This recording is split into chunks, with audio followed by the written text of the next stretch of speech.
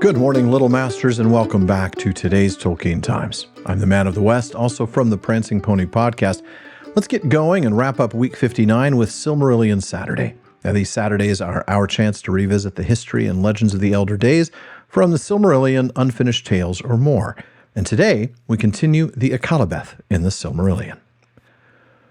Of old, the chief city and haven of Númenor was in the midst of its western coasts, and it was called Andúnië, because it faced the sunset.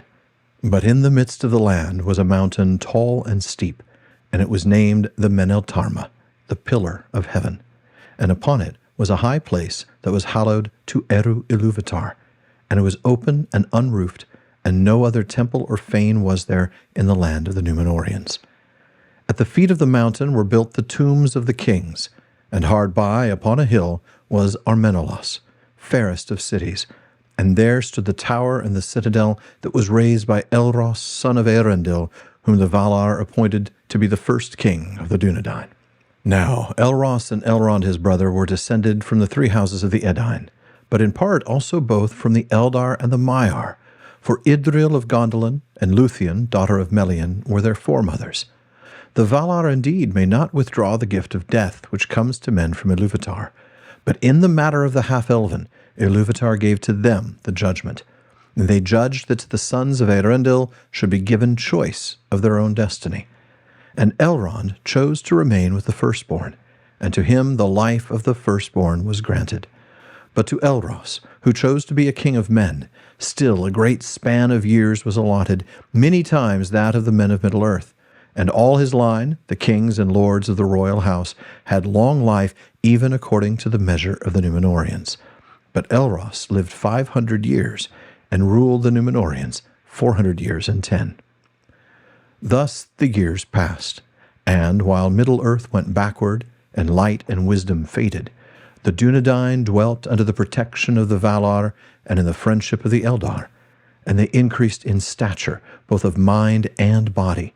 For though this people used still their own speech, their kings and lords knew and spoke also the elven tongue, which they had learned in the days of their alliance, and thus they held converse still with the Eldar, whether of Eressëa or of the westlands of Middle-earth.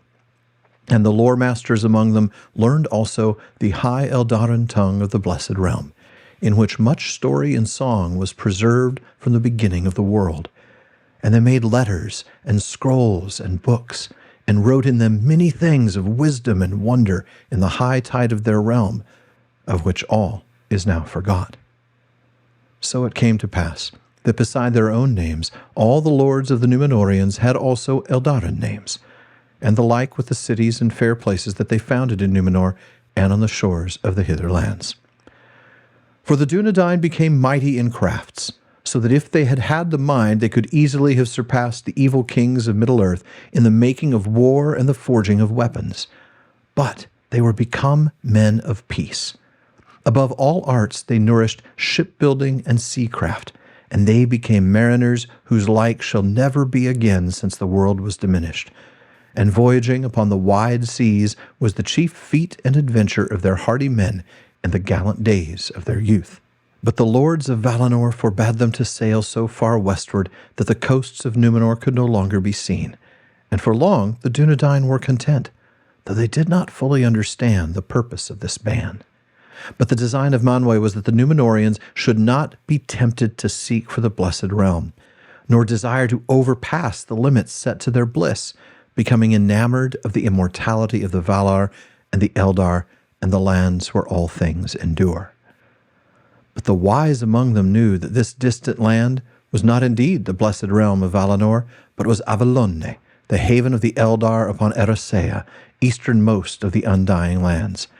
And thence at times the firstborn still would come sailing to Númenor in oarless boats as white birds flying from the sunset. And they brought to Númenor many gifts, birds of song, and fragrant flowers, and herbs of great virtue.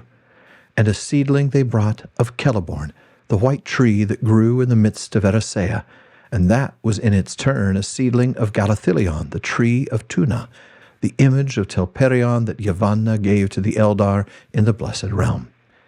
And the tree grew and blossomed in the courts of the king in Armenelos, Nimloth it was named, and flowered in the evening, and the shadows of night it filled with its fragrance. Thus it was that because of the ban of the Valar, the voyages of the Dunedain in those days went ever eastward and not westward, from the darkness of the north to the heats of the south, and beyond the south to the nether darkness. And they came even into the inner seas, and sailed about Middle-earth, and glimpsed from their high prows the gates of morning in the east. And the Dunedain came at times to the shores of the great lands, and they took pity on the forsaken world of Middle-earth. And the lords of Númenor set foot again upon the western shores in the dark years of men, and none yet dared to withstand them. For most of the men of that age that sat under the shadow were now grown weak and fearful. And coming among them, the Númenorians taught them many things. Corn and wine they brought, and they instructed men in the sowing of seed and the grinding of grain, in the hewing of wood and the shaping of stone, and in the ordering of their life, such as it might be in the lands of swift death and little bliss. Now, in what little time is left to me, I want to expand on this idea of the Hallow, the sacred place on top of Meneltarma. And so I'm actually going to read from Unfinished Tales, a description of the island of Númenor, where we learn that no building, no raised altar, not even a pile of undressed stones ever stood there, and no other likeness of a temple did the Númenorians possess in all the days of their grace until the coming of Sauron. There, no tool or weapon had ever been born, and there none might speak any word save the king only.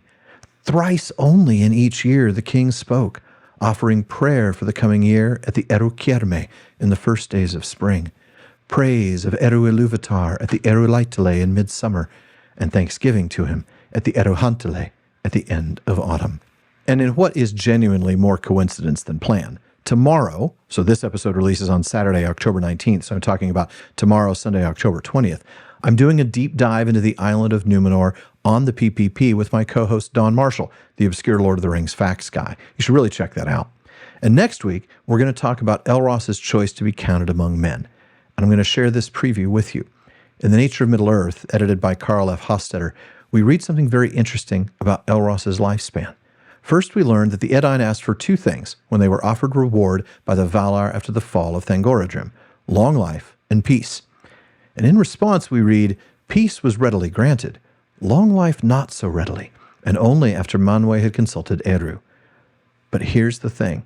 It turns out Elros wasn't really changed physically, like the mortals that descended from him. We read there that he and his brother were not actually differently endowed so far as the purely physical potentiality of life was concerned.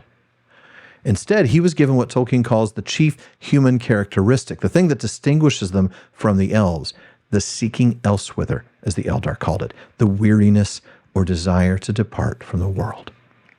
Well, folks, that does it for this week's Silmarillion Saturday. Thank you for joining me. Please come back next week as the men of Númenor yearn for everlasting life and begin to murmur against the ban. Please visit patreon.com/TolkienTimes to learn how you can get an ad-free feed, bonus episodes, and become a part of my content council to help decide what I'm going to talk about next series. And please, if you're watching this on YouTube, like and subscribe. Please follow or subscribe in your podcast apps and follow @TolkienTimes on social media. Finally, as Faramir says, go with the goodwill of all good men.